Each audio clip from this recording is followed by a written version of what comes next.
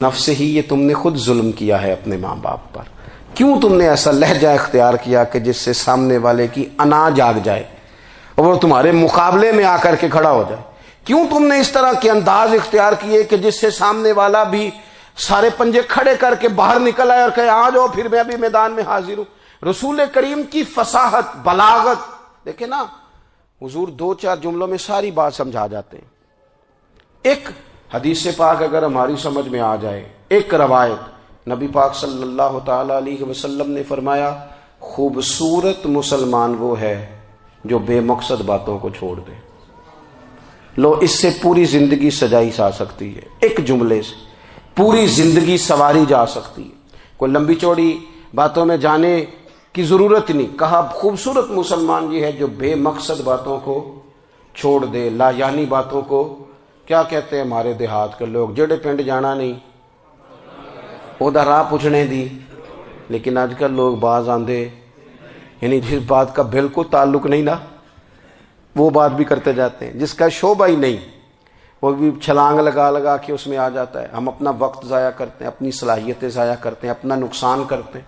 ہم اپنا کام صحیح کر کے نہیں کرتے اور دوسری ساری دنیا کو ٹھیک کرنا چاہتے ہیں.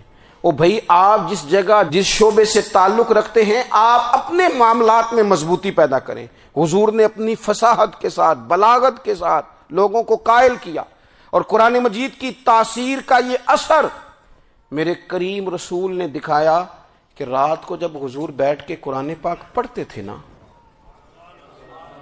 جب یاسین والے نبی خود یاسین کی تلاوت کریں، جب طٰہٰ والے محبوب خود طٰہٰ کی تلاوت کریں، غور کرو نا، جب مدثر والے محبوب خود ان جملوں کو ادا کریں، یعنی جن کے بارے میں آیت آئی ہے، جب وہی یہ آیت پڑھیں کہ انا اعطیناک الکوثر، یعنی جن کا ذکر ہو رہا ہے، جب وہ یہ بات کریں کہ یا ایھا النبی انا ارسلناک شاہدا ومبشرا ونذیرا لتؤمنوا باللہ ورسولہ وتعزروہ وتوقروہ وتسبحوہ بکرۃ واصیلا، جن کے بارے میں آیت آئی ہے، جب وہ یہ کہہ رہے ہوں کہ ورفعنا لک ذکرک، جب وہ کہہ رہے ہوں والضحیٰ واللیل اذا سجا، ذرا اس کیفیت کو دیکھیں جب محبوب خود پڑھ رہے ہوں، اور جو حضور پر آئی ہیں اس کا ذائقہ، اس کا لطف، اس کا انداز بھلا کیا ہوگا. حضور جب رات کو پڑھتے تھے نا قرآن پاک تو جو پکے کافر تھے نا، ابو جہل جیسے لوگ، وہ بھی جھاڑیوں میں چھپ چھپ کے مدینے والے کی تلاوت سنا کرتے تھے، حضور کی تلاوت سنا کرتے تھے. یہی بہتر ہے کہ پردوں میں وہ پردہ پوش رہے، وہ اگر پردے ہٹا دے تو کسے ہوش رہے. رسول کریم علیہ السلام کی تلاوت کا سننا، قریب جانا، یہ اعجاز ہے.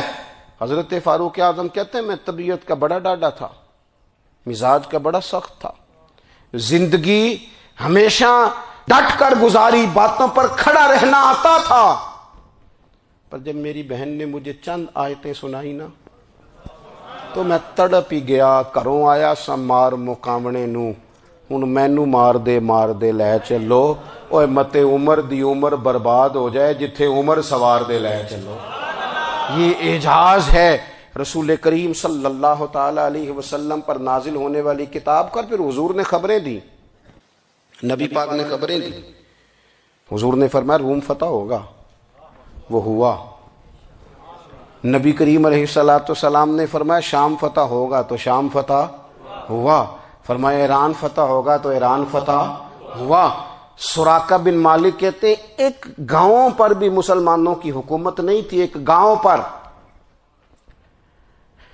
حضور مکہ مکرمہ سے نکل رہے تھے، مدینہ طیبہ تشریف لے جا رہے تھے، ابھی راستے میں تھے. میں 100 سرخ اونٹوں کے لالچ میں معاذ اللہ حضور کو گرفتار کرنے پہنچ گیا.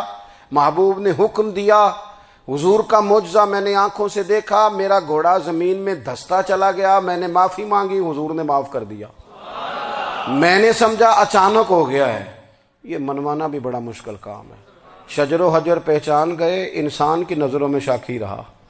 یہ کچھ ایسے لوگ ہیں جن کو منوانا توبہ توبہ، ماننے کو تیار نہیں، دیکھ دیکھ کے بھی ماننے کو تیار ہے نہیں، ماننے کو تیار ہی نہیں. کہتے ہیں کہ میں نے پھر چاہا آگے بڑھنا تو پھر زمین کے اندر میرے گھوڑے کے پیر دھنسنے لگے، پھر معافی مانگی۔ کریم تیرے معاف کرنے کی ادا پہ بھی قربان جائیں۔ یہ نہیں فرمایا کہ تو بار بار یوں ہی کرتا ہے، فرمایا معافی مانگتا ہے، جا میں نے معاف کیا۔ کہتے ہیں 3 دفعہ میں آگے بڑھا، 3 دفعہ حضور نے معاف کیا تو مسکرا کے فرمانے لگے تو یہاں مجھے گرفتار کرنے آیا ہے، وہ کیسر روم کا علاقہ فتح ہوگا۔ وہ کنگن جو پہنتا ہے نا ہاتھوں میں، بادشاہ کے کنگن معروف ہیں، وہ تیرے ہاتھوں میں آئیں گے۔ اللہ کرے آپ سمجھیں، یہ جو لوگ ڈری ڈری سہمی اور ہمارے بچے مایوسی کی معاذ اللہ باتیں کرتے ہیں، وہ دیکھیں حضور کس طرح کی گفتگو فرماتے ہیں۔ ابھی ایک گاؤں پر بھی اسلام کی حکومت نہیں، لیکن حضور کا خبر دینے کا انداز۔ کریم فرمانے لگے وہ کیسر روم کے جو کنگن ہوں گے وہ تیرے ہاتھوں میں آئیں گے۔ جناب سراقہ بن مالک فرماتے ہیں کہ میں مسلمان ہو گیا، حضور کا وصال ہو گیا، کنگن نہیں آئے۔ حضرت ابوبکر صدیق کا وصال ظاہری ہو گیا، کنگن نہیں آئے۔ جناب عمر کا دور آ گیا، سراقہ بوڑھے ہو گئے۔ کوئی بندہ پوچھتا نا کہ اب تو عمر ڈھل گئی ہے، زندگی کا پتہ نہیں، کہنے لگے نہیں میں نہیں جاتا، جب تک کنگن نہیں آتے اسرائیل کوئی نہیں آئیں گے، کیونکہ ساڈے نبی دی زبان ساڈے واسطے قرآن۔ جو دن کو کہہ دیا دن ہے تو دن نکل آیا، جو شب کو کہہ دیا شب ہے تو رات ہو کے رہی، اور خدا نے ان کی زبان کو وہ اختیار دیا، جو نکلی منہ سے ان کے وہ بات ہو کے رہی۔ اور فاضل بریلوی کا تو انداز ہی پھر انوکھا ہے نا، وہ تو کہتے ہیں وہ زبان جس کو سب کن کی کنجی کہیں، جس کو سب کن کی کنجی کہیں، اس کی نافذ حکومت پہ لاکھوں سلام۔ کہنے لگے نہیں آتے حضرت اسرائیل، فکر نہ کرو، بوڑھے ہو گئے تھے، نکلنا گھر سے بند کر دیا تھا۔ حضرت عمر کا دور تھا، کنگن آ گئے۔ حضرت فاروق اعظم نے ان کے پوتوں سے، نواسوں سے، بچوں سے کہا جاؤ بلا کے لاؤ، کہا دادا جان بوڑھے ہیں، پھر میں تم کان میں کہہ دینا کنگن آ گئے، پھر تم دیکھنا تو صحیح۔ پھر حضرت سراقہ آئے، حضور نے جو خبریں دیں، نبی پاک علیہ الصلوۃ والسلام نے جو گزشتہ قوموں کے احوال بیان کیے، اور پھر میرے نبی پاک علیہ الصلوۃ والسلام نا دنیا میں عزتیں دینے آئے۔ عزتیں، یہ مزاج ہمیں کم کرنا چاہیے۔ یہ جو ہم ساری زندگی اس کام میں لگا دیتے نا، کسی کو نیچا کیسے دکھانا ہے، یہ انداز حضور نے نہیں ہمیں دیا۔ آپ دیکھو حضور تشریف لائے تو ہمیں پتہ چلا کہ حضرت یوسف جیسا سونا کوئی نہیں۔ حضور تشریف لائے تو ہمیں پتہ چلا کہ حضرت داؤد جیسی خوبصورت آواز کسی کی نہیں۔ حضور تشریف لائے تو ہمیں پتہ چلا کہ جناب عیسیٰ علیہ السلام کا فقر اختیاری کس طرح کا تھا۔ محبوب تشریف لائے تو ہمیں پتہ چلا کہ حضرت موسیٰ کا جلال کس طرح کا تھا۔ یہ تو حضور آئے تو نبی پاک علیہ السلام نے اس کی بھی عظمت بیان کی، اس کی بھی شان بیان کی۔ حضور نے بتایا کہ ابوبکر صدیق کی شان کیا ہے، فاروق اعظم کا مرتبہ کیا ہے، عثمان غنی کی حیا کیا ہے، مولا علی کی شجاعت کیا ہے، اہل بیت نبوت کی عظمت کیا ہے۔ حضور آئے عزتیں دینے۔ ماں کو عزت دی مدینے والے رسول نے، کہا جس کا باپ راضی ہو گیا اس کا رب راضی ہو گیا۔ فرمایا جو 2 بیٹیاں، 3 بیٹیاں، 4 بیٹی بہنیں یا 1 بیٹی یا بہن بیاہ کے آ گیا نا، اس طرح میری 2 انگلیاں جڑی ہوئی ہیں، میرے ساتھ جڑ کے جنت میں جائے گا۔ رسول کریم صلی اللہ تعالی وسلم نے عزت دی، عزت دی۔ حضور عزتیں دینے، کوئی اعزاز نہیں، ان پڑھ بندہ ہے، سادہ ہے، غریب ہے، مزدوری کرتا ہے، ہاتھوں پہ چھالے۔ یا رسول اللہ اس کا بھی کوئی اعزاز ہے؟ قربان جائیں، میرے کریم نے عزت دی، فرمایا محنت کر کے روزی کمانے والا تو اللہ کا دوست ہے۔ یہ اینٹیں اٹھانے والا، یہ مشقتیں کرنے والا، یہ صبح دیہڑی پہ جانے والا، یہ بیچارہ جو اچار سے روٹی کھاتا ہے، تو نے ہر شخص کی قسمت میں یہ عزت لکھی اور آخری خطبے کی صورت میں وصیت لکھی۔ رسول کریم نے ہر بندے کو اعزاز دیا، عظمتیں دی۔ حضور عزتیں دینے آئے، نبی پاک علیہ السلام نے اعزازات دیے، حضور نے نوازا۔ یہ ساری چیزیں میرے رسول پاک کی تشریف، اور پھر یہ جو حضور کے صحابہ اور اہل بیت ہے نا، یہ بھی میرے نبی پاک کی نبوت کی دلیل ہے۔ اتنی جلدی انقلاب آیا نہیں کرتے، وہ کل تک جو رہزن تھے حضور نے راہبر بنا دیے۔ وہ لوگ جو کل تک ایک دوسرے کے گلے کاٹ کے کھاتے تھے، ایک دوسرے کو مارتے تھے، تکلیف پہنچاتے تھے، برادری ازم پہ لڑتے تھے، حضور نے بھائی بھائی بنا دیے۔ ایک پلیٹ میں کھانا کھانے لگے، سیدنا بلال حبشی، صہیب رومی، سلمان فارسی، حضور نے یوں کر کے ملا دیا۔ نبی کریم علیہ السلام نے تقسیمیں ختم کر دی دنیا میں۔ حضور کے صحابہ نے اپنا کردار اس طرح کا دکھایا، اتنا بلند کیا، اور صحابہ کرام علیہم رضوان اس کو دیکھ کر اتنی بلندیوں پہ گئے کہ گواہیاں اللہ کا قرآن دیتا ہے۔ فرمایا محمد الرسول اللہ والذین معہ اشداء علی الکفار رحماء بینہم تراہم رکعا سجدا یبتغون فضلا من اللہ ورضوانا۔ فرمایا یہ جو میرے محبوب کے ساتھ والے ہیں کافروں پر سخت ہیں، آپس میں نرم دل ہیں، تم جب بھی انہیں دیکھو گے سجدے کرتے دیکھو گے، رکوع کرتے دیکھو گے، تم انہیں دیکھو گے اللہ کی رضا کے متلاشی ہیں۔ انہیں ساری مادہ پرستی سے نکال کر محبوب نے رب کی رضا کے رستے پہ ڈال دیا۔ میرے نبی کریم سید عالم صلی اللہ تعالی علیہ وسلم کی نبوت کے دلائل کے طور پر یہ ساری چیزیں آئیں۔ بس میں بات سمیٹنے لگا ہوں۔ حضور کا جو اخلاق ہے نا، وہ بھی نبی کریم علیہ الصلاۃ والسلام کی نبوت کی بہت بڑی دلیل ہے۔ وَإِنَّكَ لَعَلَىٰ خُلُقٍ عَظِيمٍ۔ محبوب ہم نے آپ کو نا خلق عظیم کا مالک بنایا ہے۔ کچھ لوگ سمجھتے ہیں صرف آپ کا بولنے کا انداز ٹھیک ہو تو آپ با اخلاق ہیں۔ نہیں بھائی، بولنے کا انداز ٹھیک ہونا با اخلاق نہیں، سچ بولنا اخلاق کی علامت ہے۔ آپ کا حق بات کرنا اخلاق ہے، آپ کا صحیح گواہی دینا اخلاق ہے، آپ کا اللہ تعالیٰ کی طرف سے آزمائش آنے پر صبر کا مظاہرہ کرنا اونچا اخلاق ہے۔ رب نعمت دے تو آپ کا وجود ڈھلتا جائے شکر میں، یہ اخلاق ہے۔ رب کریم اگر آپ کو کسی وقت کسی آزمائش میں اپنی حکمت سے ڈالتا ہے تو عزت نفس کو برقرار رکھنا، خودداری کو برقرار رکھنا، یہ اخلاق۔ نبی پاک نے اعلیٰ ترین اخلاق کی بات بتائی، اعلیٰ ترین۔ حضور نے لوگوں سے بیعت لیتے وقت کہا تھا میرے ہاتھ پر بیعت کرو، چوری نہیں کرو گے۔ نبی پاک علیہ السلام نے مختلف امور پر بیعت لی۔ حضرت حکیم بن حزام کہتے ہیں حضور نے میرے ہاتھ پہ ہاتھ رکھ کے کہا میرے ہاتھ پہ ہاتھ رکھ کے بیعت کرو کہ کسی دنیا دار سے سوال نہیں کرو گے، خودداری سے زندگی گزارو گے، عزت نفس سے، جو رب نے تمہیں دیا ہے تم اس پر راضی رہو گے۔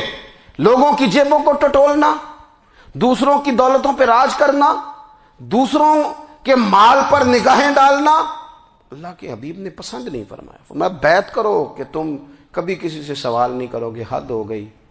نبھانے والوں نے پھر اس عہد کو نبھایا اور کمال کر دی۔ حضرت حکیم بن حزام گھوڑے پہ بیٹھے تھے، ہاتھ میں درہ تھا، وہ زمین پہ گر گیا، قریب غلام کھڑا تھا۔ حضرت حکیم بن حزام خود گھوڑے سے اترے، درہ اٹھایا، دوبارہ گھوڑے پہ بیٹھے۔ غلام عرض کرنے لگا حضور مجھے بتا دیتے میں اٹھا کے دے دیتا۔ آنکھیں چمک اٹھیں، فرمانے لگے کیسے بتا دیتا؟ اپنے رسول سے وعدہ کیا ہے کبھی کسی سے سوال نہیں کروں گا، کبھی سوال نہیں کروں گا۔ اللہ کے محبوب نے ہمیں اعلیٰ اخلاقی قدروں کی بات ہمیں سکھائی ہے۔ ہم دیکھتے ہیں کہ بڑی جلدی 2 4 5 لوگوں کے غصہ دلانے پر ہم ساری اخلاقی حدوں کو کراس کر جاتے ہیں۔ دوستو ہمارا ایک ویژن ہونا چاہیے، ہمارے ذاتی رویے بڑے معتبر ہونے چاہیے۔ لین دین کے معاملات کے اندر مسلمانوں کو بڑا صاف ستھرا ہونا چاہیے۔ ہمیں اپنی معاشی زندگی میں روزمرہ کے معاملات میں ہماری توجہات کا مرکز صرف اللہ رسول کی ذات ہونی چاہیے۔ رب کریم نے اپنی حکمت سے کسی کو کتنا دیا ہے یہ اس کی حکمت کے تقاضے ہیں۔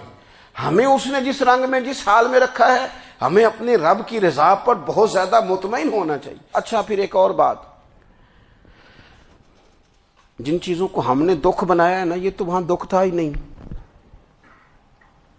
مہینہ مہینہ چولہا نہیں جلا، لیکن کسی جگہ اظہار غربت ہے حضور کی اولاد پاک کا یا صحاب کا یا ازواج کا۔ مہینہ مہینہ چولہا نہیں جلا، لیکن یہ اخلاق عالیہ کا حسن دیکھو، اپنے گھر مہینہ مہینہ چولہا نہیں جلا، جو مانگنے آیا اسے جھولی بھر کے عطا فرمایا، کوئی دروازے سے خالی نہیں گیا۔ عزیز بھائی اگر زندگی میں اخلاقی قدریں ہم اپنا لیں اور ہم تھوڑا تھوڑا کر کے اپنے آپ کو تبدیل کریں، ساری زندگی توجہ رہی کہ فلاں کیا کر رہا ہے فلاں کیا کر رہا ہے، تھوڑا سا گردن کو جھکا کے اپنے اوپر توجہ ڈالیں، اپنے آپ کو وقت دیں، حضور کے اخلاق عالیہ کی روشنی میں، تعلیمات حسنہ کی روشنی میں ہم اپنے کردار و عمل پر تھوڑی توجہ دیں۔ اس وقت بہت بڑی تعداد میں امت مسلمہ ہے، اور ایسا نہیں ہے کہ دولت نہیں ہے، دولت سے بھی سرشار ہیں۔ ہمارے ہاں بڑے بڑے انجینئر ہیں، بڑے بڑے ڈاکٹر ہیں، لیکچرار ہیں، ہمارے پاس بڑے بڑے ہاسپٹل ہیں، بڑا کچھ ہے، لیکن کردار و عمل کے بادشاہ، اپنی زندگی تقوی کی روشنی میں گزارنے والے، ان لوگوں کی تعداد کم ہے۔ اگر کوئی آج بھی سارے کام نیک کرے لیکن جائیداد میں سے بیٹی کا حق رکھ جائے تو پھر اس نے کیا میلاد منایا ہے؟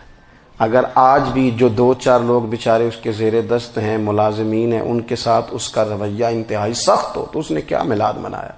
اگر آج بھی وہ برادری ازم کی بنیاد پر دوستیاں کرے اور چھوٹے بڑے کی وہ تقسیم رکھے، جسے حضور نے فرمایا کہ قبیلے تو تعارف کے لیے، ورنہ کسی عربی کو اجمی پر، گورے کو کالے پر کوئی فضیلت نہیں۔ اگر کوئی آج بھی اس برادری ازم کا قائل ہے پھر اس نے کیا میلاد منایا؟ اگر کوئی شخص آج بھی اپنے آپ کو مادہ پرستی میں پوری طرح دھکیل چکا ہے اور رضا الہی کا مسافر نہیں بنا تو اس نے کیا میلاد منایا؟ اپنی طبیعتوں میں روحانی تبدیلی اور وہ خاص افکار جو حضور اپنے غلاموں میں پیدا فرماتے ہیں، ان افکار کو پیدا کرنا، سوچوں کو بدلنا، سوچوں کو، نظریات کو بدلنا، اپنے روزمرہ کے معاملات کا جائزہ لینا کہ ہم کس طرح آگے بڑھ سکتے ہیں اور کس طرح ہم ایک بہترین امتی اور ایک بہترین مسلمان بن سکتے ہیں، اس پر توجہ دینا، یہ میلاد ہمیں سبق دیتا ہے۔ اللہ تعالیٰ مجھے اور آپ کو عمل کی توفیق عطا فرمائے۔ آخر دعوایا